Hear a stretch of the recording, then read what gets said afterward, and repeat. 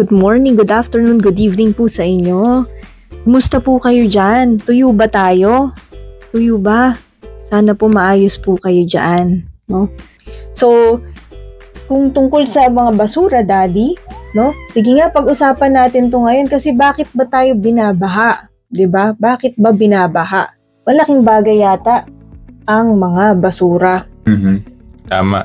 So yun nga, Mami, ngayon sa balita, ang dahil natin nakikita ngayon yung mga iba't ibang lugar na binaha, ang lalim ng mga baha, tapos ang dahil ring mga nasa evacuation area dahil sa baha. Ano? Yung iba may mga casualties din na nangyari. So, ano nga ba yung nagkukos na itong mga baha na to? Dati naman may mga bagyo din naman di ba? Pero, yung mga dati pa na siguro several years ago, pero hindi naman nagkakaroon ng gantong katinding Hindi baha. ganyan. Yung dati naming lugar, hello po sa mga taga San Antonio de Padua. Grabe ngayon po ang baha dyan. Dati naman po, may mga ilang streets lang. Ngayon yung dating hindi binabaha na. Tapos ang culprit ay nakikita natin na ibang pagkabara ng ating mga kanal. Dahil sa Mga basura. So, dun nga sa isang article na nakita natin, yung Philippines daw, nag-generate tayo ng approximately 2.7 million metric tons o tonelada ng plastic waste kada taon. Sana pera na lang yun, no? Oo. At around 20% daw doon napupunta sa dagat, sa mga water forms. Oo. Tapos daily, nagpo-produce ng 61,000 daily to metric tons of solid waste. Tapos 12 to 24% ay plastic. 1/4. Grabe. Oh. Ganong kalala yung itong study na pinapakita dito kung ganong karami yung plastics na naging kalat natin kada araw. Okay. 7,300 to 14,600 tons per day. Kada araw of plastic waste. Grabe. Sino po sa atin ang walang plastic sa bahay? Guilty. So yan po ang mga bara ng ating mga kanal. Siyempre multifactorial po ito, no? Pero let's focus on what we can control. Yung plastic. Opo. So, ngayon yung mga plastic po na ito, pwede po kasi natin itong ipunin sa bote, sa mga plastic bote. Tapos, isiksik po natin sila lahat para hindi sila kalat-kalat, para hindi po sila babara sa ating mga water sewage systems. Oo. Tapos hindi din po sila mapapagkamalang pagkain ng ating mga isda.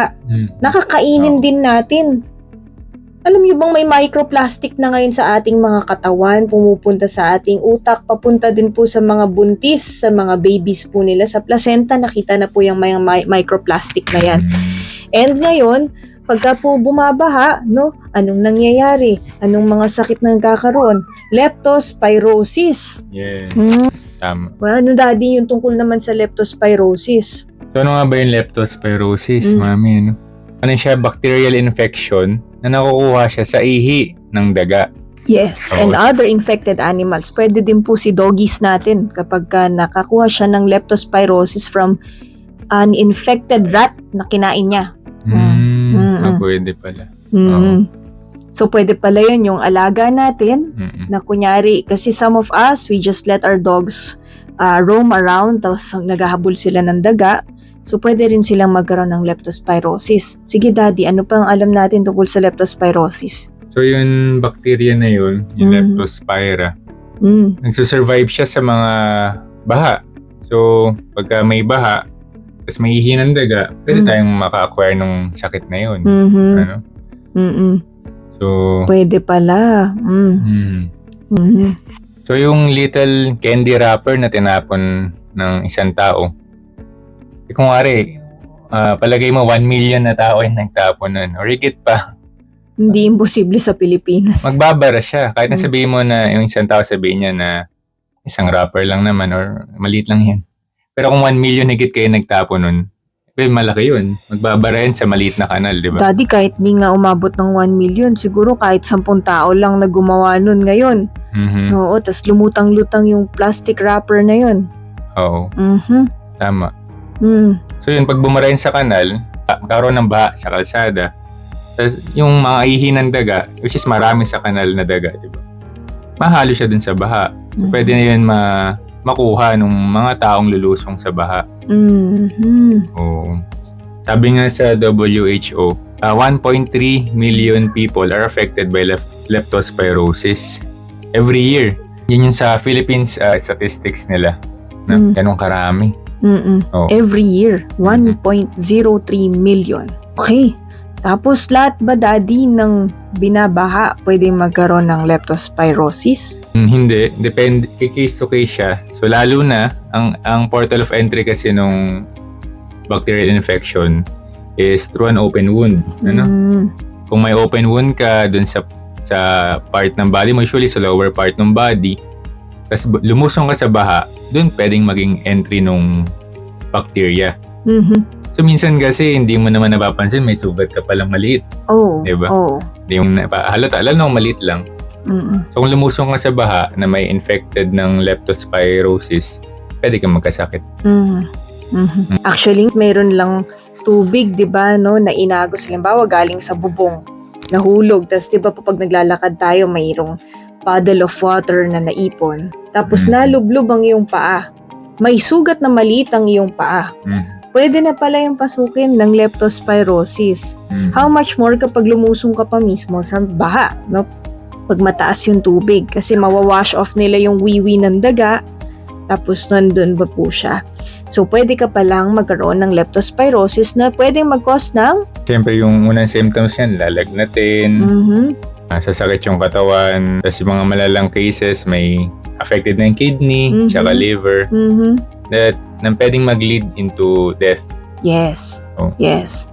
So, paano na kapag hindi maiwasang lulusong sa baha? Kasi marami po tayong kababayan ngayon na yun talaga ang kanilang tirahan, binabaha. Totoo. Paano po ang pwede nating gawin? Siyempre, pagka ganyan yung situation, yung wala kang choice kundi lumusong dahil dun ka nga nakatira sa isang flooded area, may mga prophylaxis tayo na pwedeng i-take. Ano ibig sabihin ng prophylaxis ulit, Daddy? So, ayun mami, prophylaxis is, siya, parang prevention din, para may iwasan magkaroon ng leptospirosis. So, ang ginagawa doon, magte-take ka ng gamot na bibili sa drugstore, kailangan mo lang ng prescription ng doktor. Para may iwasan magka-leptospirosis. Yes, doxycycline. Pero magpa-check po muna sa doktor. Oo. Kasi po, may mga taong pwedeng mag-doxycycline, may mga hindi. So, kailangan po, mayroon po munang advice ng ating doktor. So, wag po kayong mag-aatubili, magpa-check kapag po kayo ay nalublob sa baha. Totoo. Alright. So, paano natin ba lalabanan yung leptospirosis?